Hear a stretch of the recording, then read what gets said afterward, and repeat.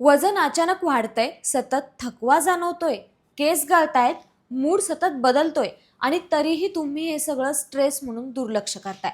तर थांबा, या सगळ्या मागं एक छोटासा बटरफ्लाय आकाराचा अवयव असू शकतो, ज्याचं नाव आहे थायरॉइड. आणि धक्कादायक बाब म्हणजे पुरुषांच्या तुलनेत महिलांना हा आजार 5 ते 10 पट अधिक होतो.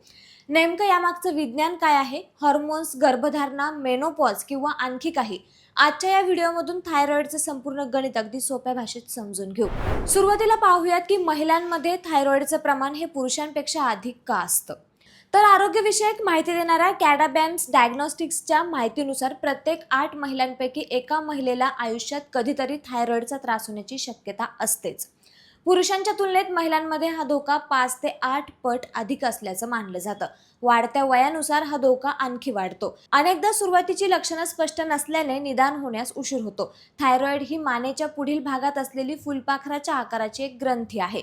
ही ग्रंथी शरीरातील चयापचय, ऊर्जा आणि वाढ नियंत्रित करणारे हॉर्मोन्स तयार करते. या हॉर्मोन्सचं प्रमाण कमी किंवा जास्त झाल्यास हायपोथायरॉइडिझम किंवा हायपरथायरॉइडिझम यासारख्या समस्या निर्माण होतात. आता पाहूयात थायरॉइडच्या समस्येमागील प्रमुख कारणं कोणती. तर महिलांमध्ये थायरॉइडचं प्रमाण वाढण्यामागे हॉर्मोन्समधील बदल आणि ऑटोइम्यून आजार हे 2 प्रमुख कारणं मानले जातात. महिलांच्या शरीरातील इस्ट्रोजन हार्मोन आणि रोगप्रतिकारक शक्ती पुरुषांपेक्षा वेगळी असते. त्यामुळे महिलांमध्ये ऑटोइम्यून आजारांचं प्रमाण अधिक असतं. अशा परिस्थितीत शरीरातील रोगप्रतिकारक यंत्रणा चुकून थायरॉइड ग्रंथीवरच हल्ला करते. त्यामुळे हाशिमोटो थायरॉइडिस किंवा ग्रेव्स डिसीज सारख्या आजारांचा धोका वाढतो. आता पाहूयात आयुष्यातील कोणत्या टप्प्यांमध्ये हा धोका जास्त असतो. तर महिलांच्या आयुष्यातील काही महत्त्वाच्या टप्प्यांमध्ये थायरॉइडचा धोका अधिक असतो, ज्यामध्ये गर्भधारणा, प्रसूतीनंतरचा काळ आणि रजोनिवृत्ती म्हणजेच मेनोपॉज. या काळात शरीरातील हार्मोन्समध्ये मोठा बदल होतो. या बदलांचा परिणाम थायरॉइड ग्रंथीवर होऊ शकतो.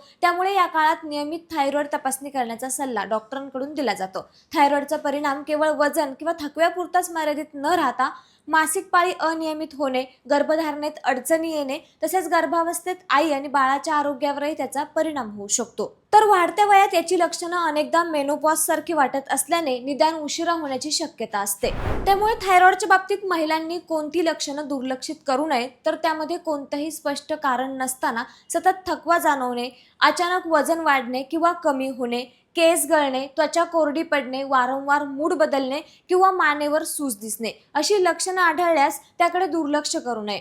अशी लक्षणं दिसल्यास डॉक्टरांचा सल्ला घेऊन TSH, T3 आणि T4 या रक्त तपासण्या करून घेणे आवश्यक आहे.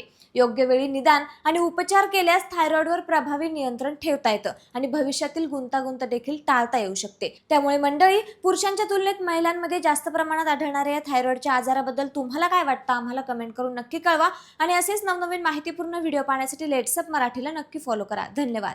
सोशल मीडियाच्या भाऊ गर्दीत विश्वासार्हतेने चकाकणारे नाव म्हणजे लेट्सअप मराठी. सगळ्यांना, सगळ्या नागरिकांना ती स्पीच, ती लेट्सअप वरील मुलाखती म्हणजे विचारांचा खजिना.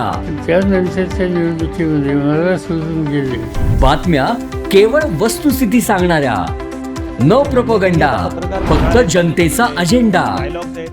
क्योंकि आने वाला कल जाने वाला है, जाने वाला कल आने वाला है. राजकारण, मनोरंजन असो की क्रीडा क्षेत्र, महाराष्ट्राची स्पंदने संवेदनशीलतेने टिपणारे माध्यम म्हणजे लेट्सअप मराठी.